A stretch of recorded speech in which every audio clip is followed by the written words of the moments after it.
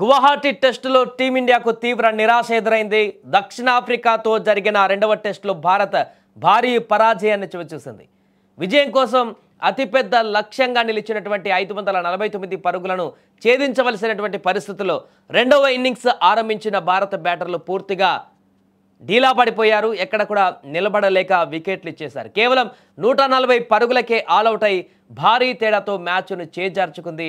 Top order నుంచి lower order వరకు పూర్తిగా వికెట్లు కోల్పోతూ స్కోరు వేగం కూడా పూర్తిగా ఆగిపోయి ఏకంగా 408 పరుగుల తేడాతో చిత్తుగా ఓడిపోయింది. రికార్డు విజయం ఇది సౌత్ ఆఫ్రికాకి. మన స్వదేశంలో క్లీన్ స్వీప్ కావడం, వైట్ వాష్ కావడం అయితే ఇది ఇంకా దారుణమైనటువంటి పరిస్థితి. 25 సంవత్సరాల రికార్డు బ్రేక్ చేసింది సౌత్ ఆఫ్రికా. మన దేశంలో ఇక్కడికి వచ్చి మన పైన టెస్ట్ ఆడి గెలవడమే గగనంగా మారినటువంటి సౌత్ ఆఫ్రికాకి. మొన్న ఫస్ట్ టెస్ట్ గెలిస్తేనే 13 సంవత్సరాల రికార్డు బ్రేక్ చేసింది. అప్పటి నుంచి గెలవలేదు. అలాంటిది వైట్ వాష్ రెండు టెస్టులు గెలిచి వైట్ వాష్ చేయడం అంటే 25 సంవత్సరాల వరకు కూడా ఇంతవరకు టచ్ చేయలేదు. టీమిండియా పైన గెలిచేటువంటి పరిస్థితి లేదు సిరీస్ సౌత్ ఆఫ్రికాకి. కానీ ఇప్పుడు ఆ రికార్డ్ని బ్రేక్ చేసింది బౌమా కెప్టెన్సీలో. ఇక మన బ్యాటర్లో రెండో ఇన్నింగ్స్లో రవీంద్ర జడేజా ఒక్కడే 54 పరుగులు చేయడంతో అంత మాత్రం స్కోర్ అన్న వెళ్ళింది. ఇక సౌత్ ఆఫ్రికా బౌలర్ హర్మర్ 6 వికెట్లతో చెలరేగిపోయాడు. చివరకు 0-2తో ఈ యొక్క సిరీస్ పూర్తిగా సౌత్ ఆఫ్రికా వశమైంది. సౌత్ ఆఫ్రికా 25 ఏళ్ల తర్వాత మళ్ళీ భారత్ పైన టెస్ట్ సిరీస్ నెగ్గి సగర్వంగా తమకు విజయాన్ని నమోదు చేసుకుంది. పరుగుల పరంగా భారీ విజయం ఇది సౌత్ ఆఫ్రికాకి.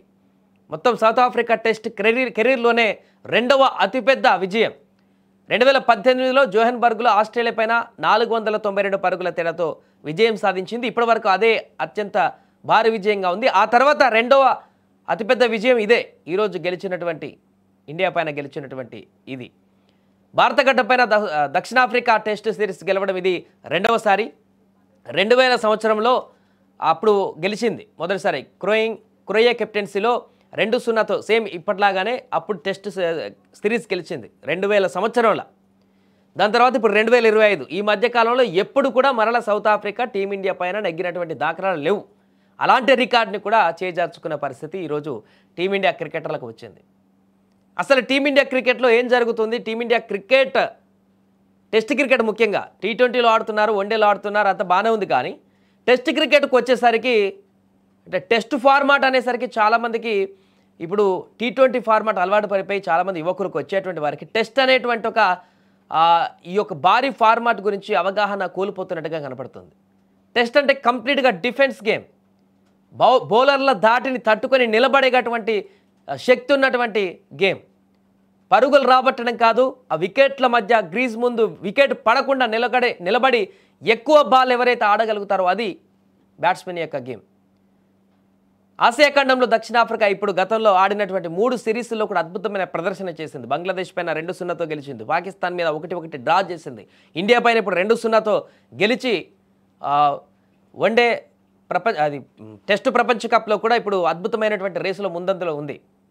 ఏదేమైనా కూడా వరుస పరాజయాలనేది టీమిండియా టెస్ట్ క్రికెట్ని ముఖ్యంగా ఇప్పుడు కొంత చర్చించుకునేలాగా చేస్తుంది. సీనియర్లు వెళ్ళిపోయిన తర్వాత రోహిత్, కోహ్లీ, అంతకుముందు ఉన్నటువంటి సీనియర్లు పుజారా లాంటి, లక్ష్మణ్, ద్రావిడ్ అప్పట్లో టెస్ట్ అంటే వాళ్ళు. టెస్ట్ అనగానే మనకి ఇండియాలో గుర్తుకు వచ్చేటువంటి ప్లేయర్లు వీళ్ళంతా. లక్ష్మణ్, ద్రావిడ్ ఓడిపోయేటువంటి మ్యాచ్ను కూడా ఇప్పుడు ఇది ముందే తెలిసినటువంటి మ్యాచ్లా కనిపించింది. నిన్నటి నుంచి కనీసం డ్రాన చేసుకునేటువంటి అవకాశం తప్ప గెలిచే అవకాశం లేదు. చాలామందికి 1% మాత్రం ఉంటుండే.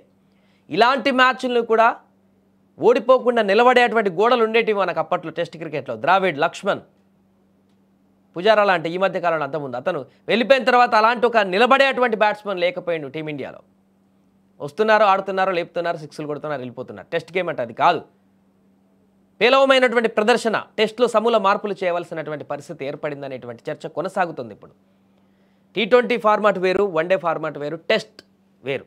టెస్ట్ ఆడినటువంటి క్రికెటరే అసలైన క్రికెటర్గా పరిగణిస్తారు ప్రపంచంలో. అంత సత్తా ఉండాలి క్రికెట్, ఈ టెస్ట్ క్రికెట్ ఆడాలంటే. పూర్తిగా మెంటల్ స్టేబిలిటీతో పాటుగా ఎనర్జీ లెవెల్స్ ఉండి ఆడేటువంటి గేమ్ టెస్ట్ క్రికెట్. 5 రోజుల పాటు నడుస్తుంది ఇది. అలాంటి టెస్ట్ క్రికెట్లో పూర్తిగా చేతులెత్తేసింది. మొన్న ఇంగ్లాండ్తో సిరీస్ కూడా డ్రా చేసుకుంది, కానీ అక్కడ కూడా గెలవలేకపోయింది. అంతకుముందు న్యూజిలాండ్ పైన 3-0తో అక్కడ వైట్ వాష్ అయింది. ఇప్పుడు సౌత్ ఆఫ్రికాతోని వైట్ వాష్ అయింది. ఇలాంటి ప్రదర్శన చేస్తే రాబోయే రోజుల్లో టెస్ట్ క్రికెట్ పైన, భారత టెస్ట్ క్రికెట్ పైన పూర్తిగా ఆశలు సన్నగిల్లేటువంటి పరిస్థితి ఏర్పడుతుంది. ఇకనైనా లోపాలు ఎక్కడున్నాయి, టెస్ట్ క్రికెట్లో ఎందుకు టీ20లో రాణిస్తున్నారు టీమిండియా, వన్డేలో రాణిస్తున్నారు, మరి టెస్ట్లో ఎందుకు చెతికిల పడుతున్నారనేటువంటి విషయాన్ని గమనించి కనుక సెలెక్టర్లు కానీ కోచ్లు కానీ లోపం ఎక్కడ ఉందో చూసి టెస్ట్ క్రికెట్ కనుక సమూలంగా మార్పులు చేయకపోతే టీమిండియాది భవిష్యత్తులో కొంత ఇబ్బందికరమైనటువంటి పరిస్థితులు వస్తాయంటూ కూడా ఇప్పుడు చాలామంది కామెంట్లు చేస్తున్నారు. ఏదేమైనా కూడా 2-0తో సౌత్ ఆఫ్రికా విజయం సాధించి సిరీస్ని కైవసం చేసుకుంది. 25 సంవత్సరాల రికార్డుని బ్రేక్ చేస్తూ స్వదేశంలో ఇక్కడికి వచ్చి దక్షిణాఫ్రికా ఇప్పుడున్నటువంటి సిరీస్ని అయితే కైవసం చేసుకుంది.